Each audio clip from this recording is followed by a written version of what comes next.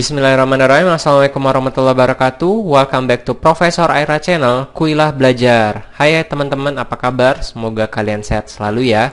Kali ini kita bahas-bahas soal lagi ya teman-teman. Nah, kali ini saya akan membahas soal-soal tes guru P3K ya teman-teman ya, untuk persiapan P3K 2021, di mana salah satu materinya adalah pedagogik ya teman-teman. Nah, sebelum itu jangan lupa like, comment, share, dan subscribe channel ini ya teman-teman, agar kami semangat terus untuk membuat konten-konten yang seperti ini teman-teman. Oke, kita lanjut saja ya teman-teman ke soal. Soal pertama, pada rancangan pembelajaran terdapat contoh kompetensi dasar, yaitu mengidentifikasi jenis, sifat, dan fungsi bahan alam dari tanaman untuk produk karya seni rupa dan kriya.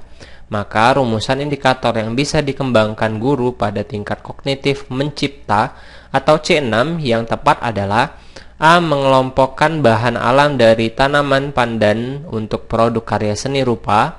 B. Menyebutkan fungsi tanaman pandan untuk produk karya seni rupa. C. Menjelaskan sifat tanaman pandan untuk produk karya seni rupa.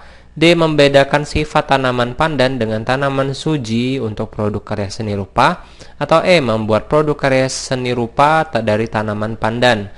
Ya teman-teman, saya akan memberikan sedikit waktu ya, beberapa detik untuk kalian memikirkan jawabannya. Apabila kurang, maka kalian pause saja dulu teman-teman, baru kalian jawab dulu. Nanti di sini kita koreksi sama-sama, kita melihat bagaimana kesiapan kita untuk menghadapi tes P3K nanti ini ya teman-teman ya. Ya, jadi teman-teman jawabannya apa nomor 1? Yap, jawabannya adalah E ya teman-teman, membuat produk karya seni rupa dari tanaman pandan. Nah, yang perlu kalian ketahui untuk menjawab soal tadi, peserta harus memahami tingkat-tingkat kognitif teman-teman dengan kata kerja operasionalnya. Contohnya tingkat kognitif tadi yang ditanyakan C6 ya teman-teman ya. Nah, C6 itu kan menciptakan, jadi kita harus tahu juga kata kerja operasionalnya. Nah, kata kerja operasional dari menciptakan apa saja? Yaitu membangun ya,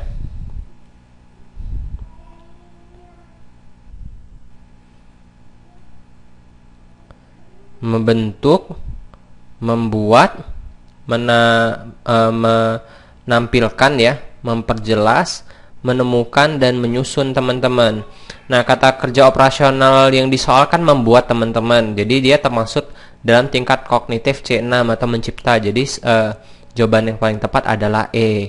Nah, kalian juga harus tahu teman-teman kata kerja operasional dari C1 yaitu mengingat, C2 memahami, C3 menerapkan, C4 menganalisis, dan C5 mengevaluasi. Silahkan kalau misalnya kalian ingin membaca contoh kata operasionalnya ini, di pause terlebih dahulu videonya teman-teman ya. Jika sudah, kita lanjut ke soal berikutnya. Soal kedua, pada sebuah rancangan pembelajaran atau RPP tertulis contoh rumusan indikator kompetensi, yaitu menjelaskan kondisi operasi sistem dan komponen perangkat keras. Nah, jika seorang pendidik akan menyusun menjadi tujuan pembelajaran, maka rumusan yang tepat adalah A. Setelah melaksanakan proses pembelajaran melalui praktik, siswa dapat menjelaskan kondisi operasi sistem dan komponen perangkat keras berupa komponen input, proses, dan output. B. Setelah melaksanakan proses pembelajaran dan menggali informasi melalui diskusi, siswa dapat menjelaskan kondisi operasi sistem dan komponen perangkat keras secara benar. C. Siswa dapat menjelaskan kondisi operasi sistem dan komponen perangkat keras berupa komponen input, proses, dan output secara benar. D. Menjelaskan kondisi operasi sistem dan komponen perangkat keras, komponen input, proses, dan output tanpa melihat catatan. Atau E. Setelah melaksanakan proses pembelajaran dan menggali informasi melalui diskusi, materi kondisi operasi sistem dan komponen perangkat keras secara benar tanpa melihat catatan. Yang mana teman-teman jawabannya? Sudah dapat? Ya, jawabannya adalah B ya teman-teman ya. Nah, unsur-unsur dalam merumuskan tujuan pembelajaran hendaknya memenuhi kaidah ABCD teman-teman. Jadi, ingat aja untuk merumuskan tujuan pembelajaran harus sesuai kaidah ABCD. Apa itu ABCD? A, B, C, D. A itu audience, B itu behavior, C itu condition, D itu degree. Jadi audience itu maksudnya adalah peserta didik yang akan belajar. Jadi objek kita teman-teman. Kalau B, behavior adalah perilaku yang spesifik yang akan dimunculkan oleh peserta didik setelah selesai memperoleh pengalaman belajar dalam pelajaran tersebut. Kalau condition itu adalah kondisi yang berarti batasan yang dikenakan kepada peserta didik atau alat atau peralatan yang digunakan peserta didik pada saat dilakukan penilaian. Kalau degree itu adalah tingkat keberhasilannya teman-teman. Nah, jadi cocok ya yang D jawabannya, yaitu setelah melaksanakan proses pembelajaran. Nah, itu C ya, condition ya. Nah, setelah melaksanakan proses pembelajaran dan menggali informasi melalui diskusi, nah itu kondisinya. Siswa, nah siswa itu adalah audiensnya teman-teman.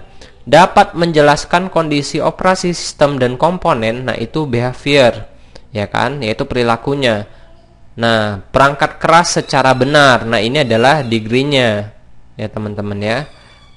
Nah, jadi jawaban yang paling tepat adalah B teman-teman. Oke, kita lanjut ke soal nomor 3. Pada saat menyusun perencanaan pembelajaran pokok materi tentang unggas, seorang guru merumuskan tujuan pembelajaran agar siswa dapat mendefinisikan hewan unggas, mengelompokkan dan membedakan jenis-jenis unggas. Adapun pilihan strategi pembelajaran untuk menjelaskan materi kepada siswa tersebut yaitu strategi pembelajaran deduktif. Mendasarkan tujuan dan strategi pembelajaran tersebut mencerminkan ragam pengetahuan yang jenisnya A. Fakta, B. Prosedur, C. Keterampilan, D. Konsep, atau E. Prinsip. Yang mana teman-teman? Yap, jawabannya adalah D teman-teman, konsep ya. Nah, jadi berikut merupakan tabel untuk mempermudah dalam menentukan jenis materi. Jadi jenis materi itu ada banyak teman-teman. Ada fakta, konsep, prosedur, prinsip, keterampilan, aspek efektif, aspek motorik. Nah, kalau yang untuk soalnya itu kan tujuan pembelajaran yang meminta siswa dapat mendefinisikan ya teman-teman ya, mendefinisikan hewan unggas, mengelompokkan dan membedakan jenis-jenis unggas termaksud jenis materi berupa konsep teman-teman. Coba kita lihat teman-teman jenis konsep. Indikatornya apabila siswa diminta untuk mengemukakan definisi, membedakan dua hal ya teman-teman, dan mengklasifikasikan atau mengkelompokkan. Jadi pas tepat ini adalah jenis materi konsep. Sedangkan misalnya fakta, prosedur, prinsip, keterampilan, aspek afektif dan motorik, ini silakan kalian baca ya teman-teman ya, agar kalian paham dan bisa membedakannya teman-teman. Nah, silakan kalian pause dulu video ini. Jika sudah dibaca dan dipahami, kita lanjut ke soal berikutnya. Soal keempat, perencanaan pembelajaran yang menekankan pada proses keterlibatan peserta didik secara penuh untuk dapat menemukan materi yang dipelajari dan dihubungkan dengan situasi kehidupan sehari-hari sehingga mendorong peserta didik dapat menerapkan dalam kehidupan mereka. Nah, pilihan strategi pembelajaran yang tepat yaitu A. Kooperatif, B. Inquiry, C. Problem solving, D. Discovery, atau E. Kontekstual. Yang mana teman-teman jawabannya? Ya, jawabannya adalah E ya teman-teman, kontekstual. Kenapa? Nah, untuk menjawab soal ini, kita harus memahami model-model pembelajaran dan karakteristiknya teman-teman. Contohnya kooperatif, problem solving, inquiry, discovery learning, kontekstual, dan lain-lain ya teman-teman. Nah, di sini yang kita bahas yang ada pilihan di jawaban aja ya. Nah, kooperatif itu lebih ke siswa diharapkan untuk bekerja sama dalam kelompok-kelompok kecil ya teman-teman ya. Itu inti dari kooperatif. Kalau problem solving namanya sudah problem ya. Jadi siswa dihadapkan oleh masalah-masalah yang real ya di kehidupan nyata. Nah, kemudian kalau inquiry itu siswa disuruh untuk mengobservasi atau eksperimen guna mencari jawaban maupun memecahkan masalah. Nah, kalau discovery learning itu siswa disuruh aktif ya untuk mencari dan menyelidiki suatu permasalahan sehingga siswa dapat menyimpulkan konsep dari pembelajaran yang telah dipelajari. Nah, jawaban yang benar adalah yang E, kontekstual teman-teman, yaitu siswa membuat hubungan antara pengetahuan yang dimilikinya dengan penerapannya dalam kehidupan mereka sehari-hari. Ya teman-teman, jadi kontekstual itu adalah konsep belajar yang mengaitkan antara materi yang diajarkannya dengan situasi dunia nyata siswa dan mendorong siswa untuk membuat hubungan bla bla bla, itu ya teman-teman ya. Jadi jawaban yang benar adalah E. Lanjut, soal nomor 5. Saat merancang pembelajaran, seorang guru ingin menyederhanakan konsep atau prinsip atau hukum yang kompleks sehingga dapat memperjelas penyajian pesan secara tertulis. Nah, media apa yang paling tepat dipilih oleh guru tersebut? A. Bagan, B. AP atau alat permainan edukatif, C. Flip chart, D. Foto, atau E. Gambar.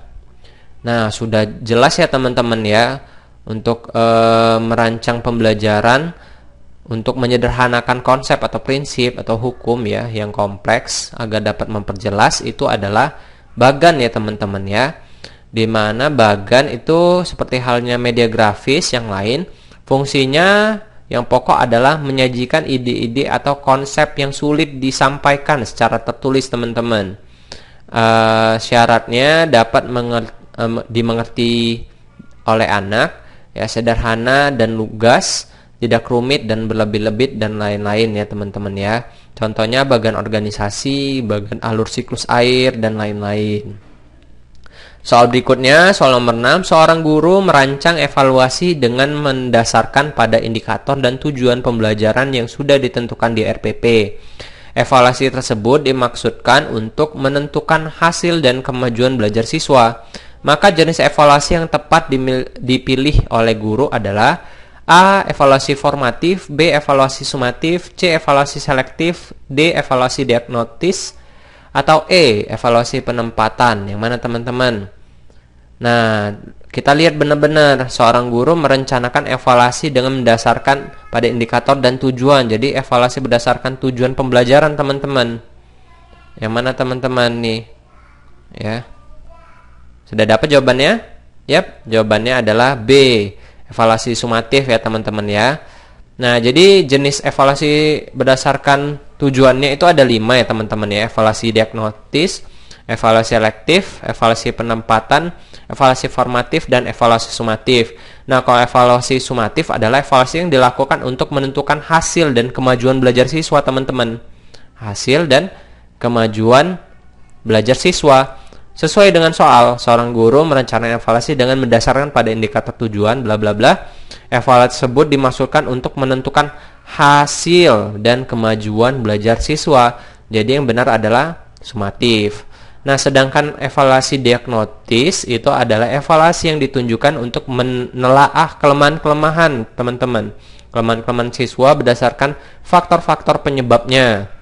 Nah, kalau evaluasi selektif adalah evaluasi yang digunakan untuk memilih siswa yang paling tepat sesuai dengan kriteria program kegiatan tertentu.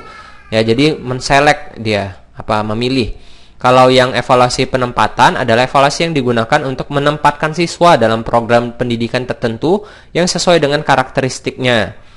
Kemudian kalau evaluasi formatif adalah evaluasi yang dilaksanakan untuk memperbaiki dan meningkatkan proses belajar dan mengajar. Itu teman-teman, jenis evaluasi berdasarkan tujuan. Kalian ingat benar-benar ya teman-teman ya. Nah, ada juga jenis evaluasi lain-lain teman-teman, yaitu evaluasi berdasarkan sasaran, jenis evaluasi berdasarkan lingkup kegiatan pembelajaran, dan jenis evaluasi berdasarkan objek dan subjek evaluasi. Nah, saran saya kalian juga perlu untuk membaca dan memahami jenis-jenis evaluasi yang lain teman-teman seperti ini. Ya teman-teman ya. Jadi silakan di pause ya, kalian baca benar-benar.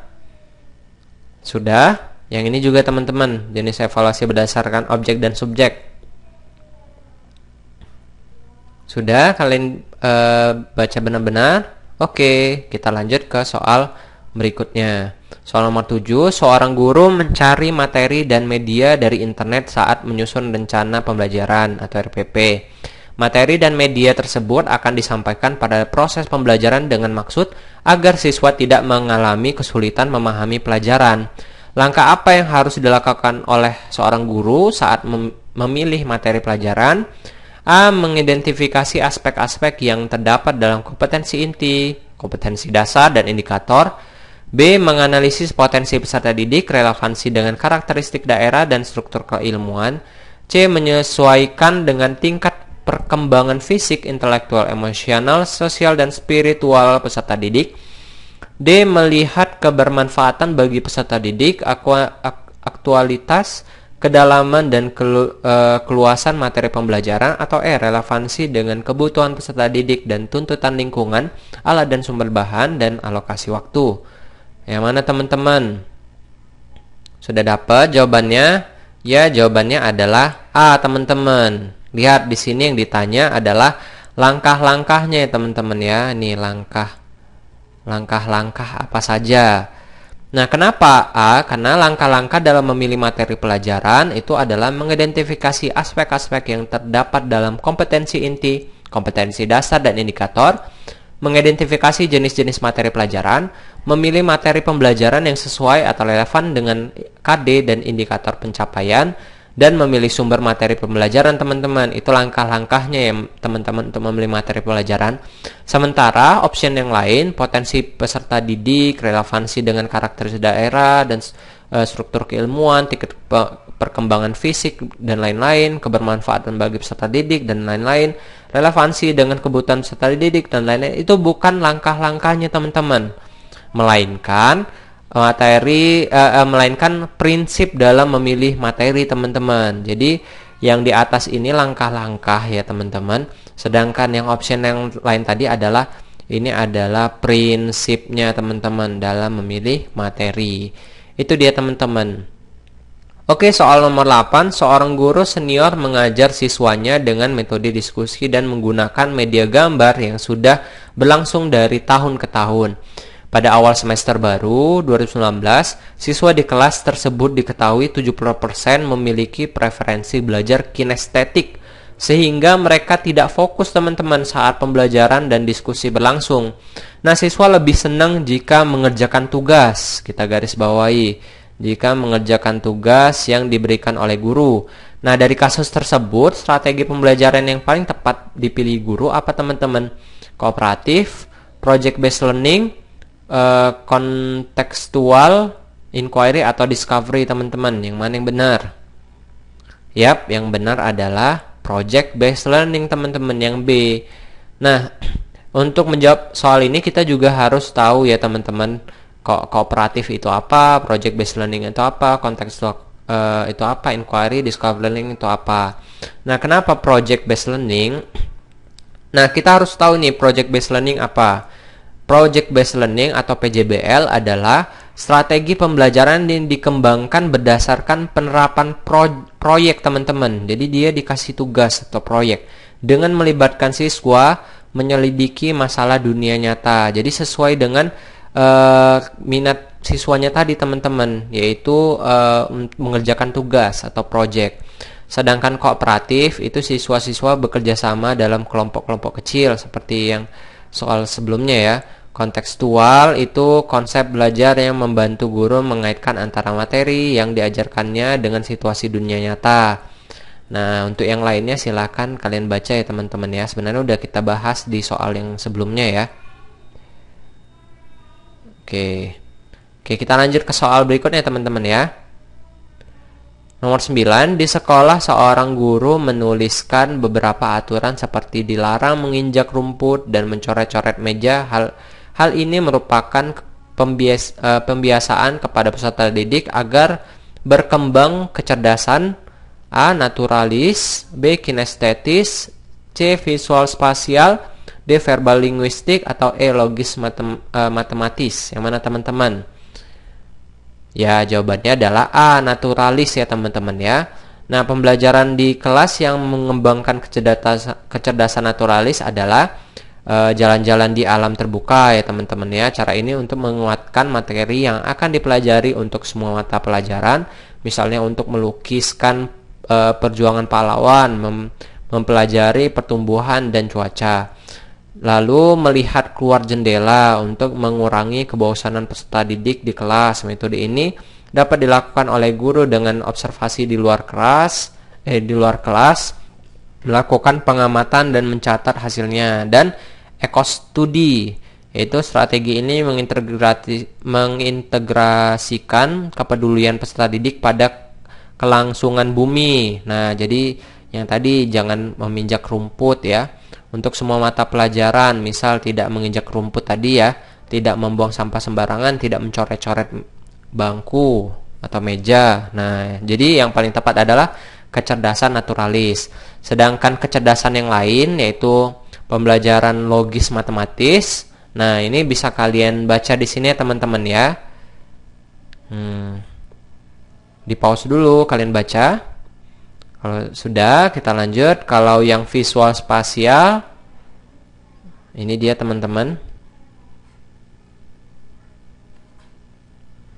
Sudah. Kalau yang kecerdasan linguistik, ini teman-teman ya, bercerita, diskusi, merekam dengan tape record dan lain-lain. Menulis jurnal, publikasi ya. Sudah dibaca? Oke, ini terakhir kecerdasan kinestetik.